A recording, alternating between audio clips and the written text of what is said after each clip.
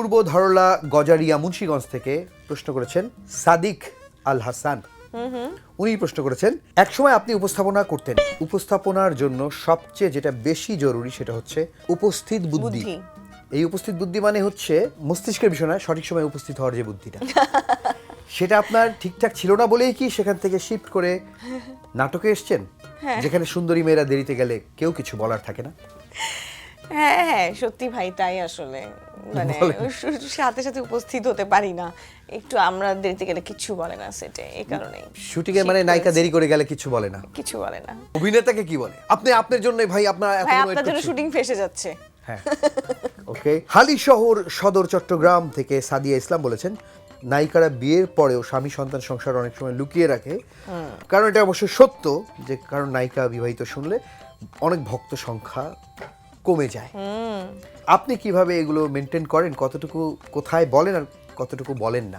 এখানে আসলে প্রশ্নই করা হয় না, আচ্ছা। সো বলার প্রয়োজনই পড়ে না, লুকানোরও প্রয়োজন পড়ে না, কেউ এই ধরনের প্রশ্ন করে না, প্রশ্ন তো হয় না। ময়লা পোতা খুলনা থেকে ইরফান আলী, উনি প্রশ্ন করেছেন, নাটকের প্রেমিকরা যদি সিরিয়াল করে হাজির হয় প্রথমে কাকে কাছে ডাকবেন আর কাকে এড়িয়ে চলবেন?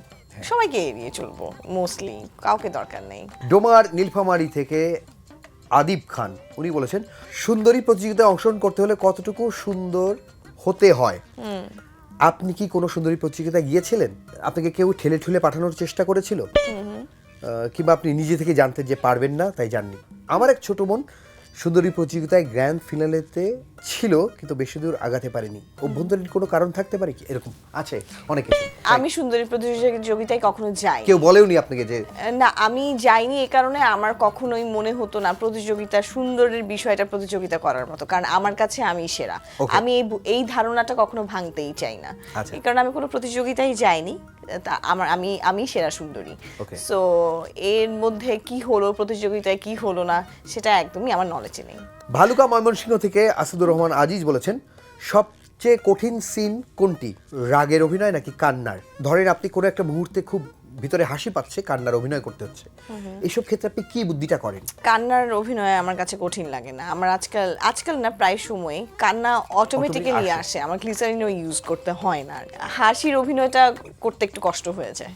আচ্ছা ধরেন মনে মধ্যে হাসি পাচ্ছে কিন্তু কান্নার অভিনয় কিভাবে? অনেকবার কাট হয়, এরকম অনেক হয়েছে, শুধু হাসছি তো হাসছি, কাট হচ্ছে তো কাট হচ্ছে, এরকম অনেক টেক।